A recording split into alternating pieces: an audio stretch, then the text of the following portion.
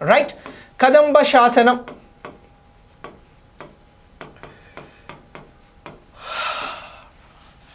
ఇగో కదంబ శాసనం అనేది ఇటీవల ఎక్కడ బయలుపడింది అని అడుగుతారు. అలా అడిగితే మీరు చెప్పాల్సినటువంటి ఆన్సర్ ఏంటి అని అంటే గోవారా. ఏ ప్రాంతము అని అంటున్నాం? గోవా ప్రాంతంలో బయలుపడింది అని చెప్పేసి గుర్తించాల్సి ఉంటుంది రా. ఎక్కడ అని అంటున్నాం? గోవాకి సంబంధించినటువంటి ప్రాంతంలో బయలుపడింది అనేది మనం గుర్తించాల్సినటువంటి అంశం. దక్షిణ గోవాకి సంబంధించి దక్షిణ గోవాలో కాకోడా అనేటువంటి కాకోడా ప్రాంతం ఉందిరా. ఇగో దక్షిణ గోవాలో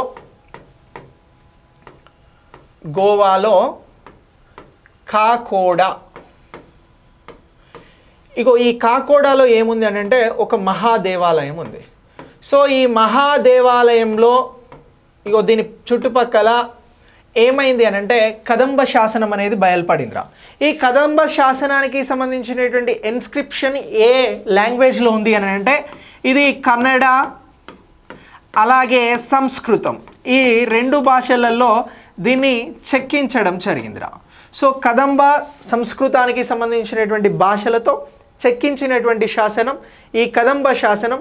ఈ కదంబ శాసనం ఇటీవల దక్షిణ గోవాకి సంబంధించి కకోడా ప్రాంతంలో మహాదేవ ఆలయంలో ఇగో ఇది లభించడం జరిగింది అనేటువంటి అంశాన్ని మీరు గుర్తుంచుకోండి. మరి ఇది ఎన్నవ శతాబ్దానికి సంబంధించినటువంటి శాసనంగా గుర్తిస్తున్నారు అని అంటే దీనిని 10వ శతాబ్దానికి సంబంధించినటువంటి 10వ శతాబ్దానికి సంబంధించిన శతాబ్ద శాసనంగా మీరు గుర్తుంచుకోవాలి. సో ఇలా 10వ శతాబ్దానికి సంబంధించినటువంటి శాసనం ఇటీవల ఎక్కడ లభ్యమైంది అని అంటే దక్షిణ గోవాలో లభ్యమైంది అనేటువంటి అంశాన్ని మీరు అందరూ కూడా గుర్తుంచుకోండి.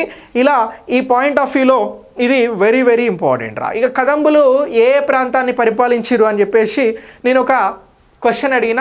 కదంబులు పరిపాలించినటువంటి ప్రాంతం ఉత్తర కర్ణాటక కొంకన్ ప్రాంతం రా.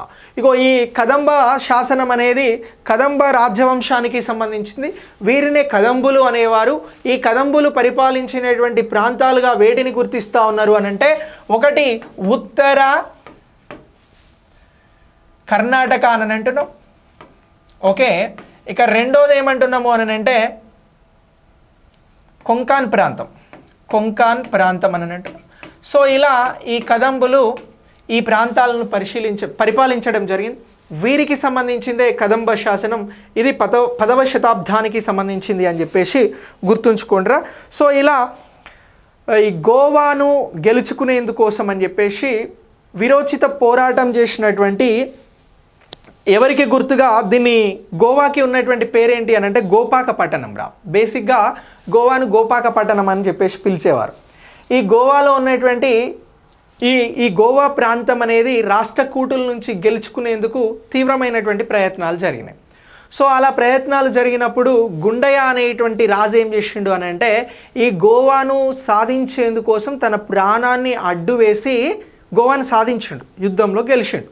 అలా గెలిచిన తర్వాత తన కొడుకు వీరోచితం అంటే ఎవరైతే ఈ గుండయ్య ఉన్నాడో ఈ గుండయ్య బాగా ఫైట్ చేసిండని వీళ్ళ నాన్న గుర్తించి వాళ్ళ నాన్న వేయించిన శాసనమే ఇగో ఇక్కడ మనం మాట్లాడుతున్నటువంటి కదంబ శాసనం రా. ఈ గుండయ్య వాళ్ళ ఫాదర్ పేరు ఏమిటి అని అంటే తలార నీవయ్య. ఏమని అంటున్నాం? ఇగో తలార నీవయ్య. ఈ శాసనం ఎవరేసిర్రు అని అడుగుతారు. ఇగో తలార నీవయ్య వేశాడు అని చెప్పండి. ఈ తలార నీవయ్య ఎవరు అని అంటే గుండయ్యకి సంబంధించినటువంటి ఇగో గుండయ్య ఫాదర్ తలార నీవయ్య వేయించిన శాసనమే కదంబ శాసనం అని అంటున్నాం. ఇది ఏ శతాబ్దానికి సంబంధించింది అని అంటే 10వ శతాబ్దానికి సంబంధించింది అని అంటున్నాం. ఎందుకు వేయించిండు? గుండయ్య గోవాను గోపాకపట్టణం లేదా ఇప్పుడున్నటువంటి గోవాను స్వాధీనం చేసుకునేందుకు విరోచితంగా పోరాడి గోవాని గెలుచుకున్నాడు. అలా గెలుచుకున్నందుకే ఈ శాసనం అనేది వచ్చింది అని ఆ శాసనంలో ఉన్నది. సో అలా శాసనంలో ఇన్స్క్రిప్షన్ చేసినటువంటిదే ఇది అని చెప్పేసి మనం గుర్తుంచుకోవాల్సి ఉంటుందిరా. సో ఇదే గోవాకు ఉన్నటువంటి పూర్వ పేరు ఏమంటున్నామంటే గోపాకపట్టణం అని అంటున్నాం. గోపాకపట్టణం అనగా ప్రస్తుతం ఏ నగరము అని అంటారు.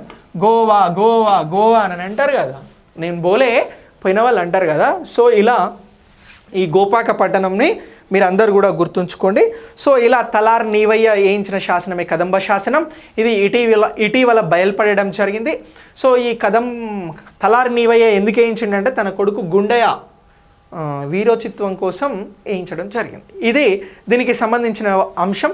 కదంబ శాసనం ఎక్కడ లభ్యమైంది అని అంటే దక్షిణ గోవా, కాకోడా. ఓకే, ఈ ప్రాంతాలని గుర్తుంచుకోండి. వెరీ వెరీ ఇంపార్టెంట్ రా. సో ఇలా ఈరోజు నేను మీకు కరెంట్ అఫైర్స్ని అందించడం జరిగింది.